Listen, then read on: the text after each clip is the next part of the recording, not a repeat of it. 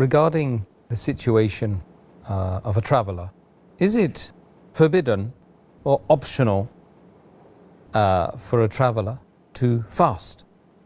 Allah says in the Quran, in Surah Baqarah, chapter number 2, verse number 185, that if you are ill or on a journey, the prescribed number of days for fasting can be made later on. So this is a concession given. That means if you want to fast, you can fast. If you want to exempt yourself, exempt, but later on you have to make up the period. Allah subhanahu wa ta'ala here has compared the traveler and kept him or her in the same category as the person who's ill. Because the beloved Prophet Muhammad said, it's mentioned in Sahih Bukhari, volume number 3, hadith number 1804, our beloved Prophet said that traveling is a punishment, or when a person goes on a journey, it's like a punishment. That means it's difficult. He has to undergo many hardships. And it is mentioned in Sahih Bukhari, volume number 3, book of fasting, hadith number 1943. There was a Sahaba by the name of Hamza, may Allah be pleased with him, and he used to always fast even on a journey. So he asked the Prophet that should he fast on a journey or not. So the Prophet said, if you wish to fast, you can fast. If you don't want to fast, you don't fast. That means it was optional. If a person wanted to fast, he could fast. If he didn't want, he need not fast.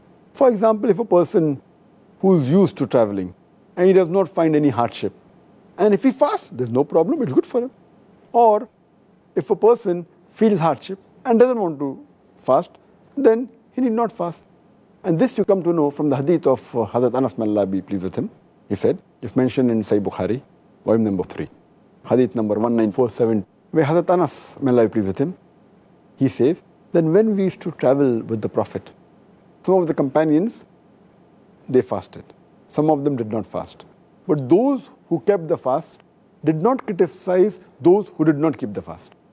And those who did not fast, they did not criticize those who fasted. So basically, it's optional. Those who can take the strain and want to fast, they can. Those who don't want, it's up to them.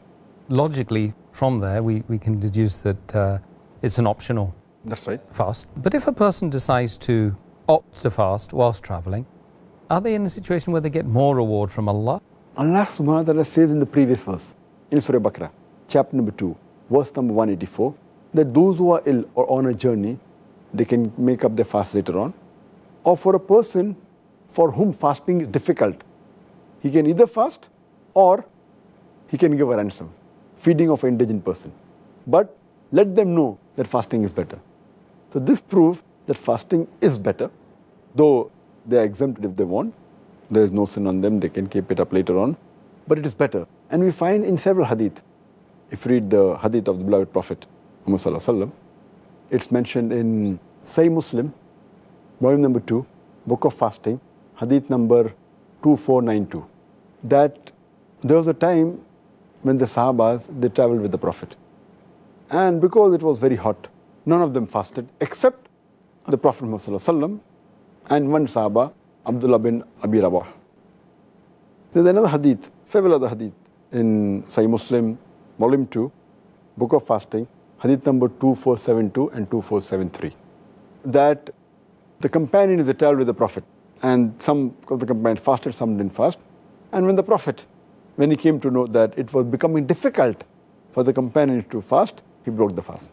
In another hadith, Sahih Muslim, volume number 2, book of fasting, hadith number 2472, once when the Prophet, in the year of the victory of Makkah, he goes to a place along with the Sahabas, and he realizes that some of the Sahabas who were fasting, they were finding it difficult to fast.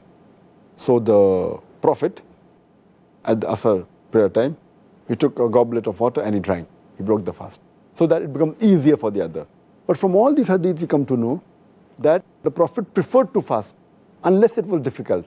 And he broke the fast. Why? Because the other companions, they found it difficult. He did not want to put them in a critical situation. Therefore, he broke the fast. But from here, we come to know that fasting is better if you can.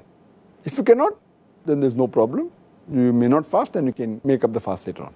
Further, we come to know that it is preferable to fast. Why? Because if a person delays his fasting, if he's traveling, and God forbid, if his life comes to an end, or whatever it is, then that would yet be a thing which is left for him to do, for eyes. So if a person can fast while traveling, it's preferable that he fasts. And furthermore, when you're traveling in the month of Ramadan, even the people around you, they fast. So it's easier in that sense. When you come back home and the month of Ramadan is over, and if you individually want to fast when no one else is fasting, it becomes many a times difficult. So that's one of the reasons also, that if you can do it with the hardship and fast while traveling, it's better, and even the thawab is more.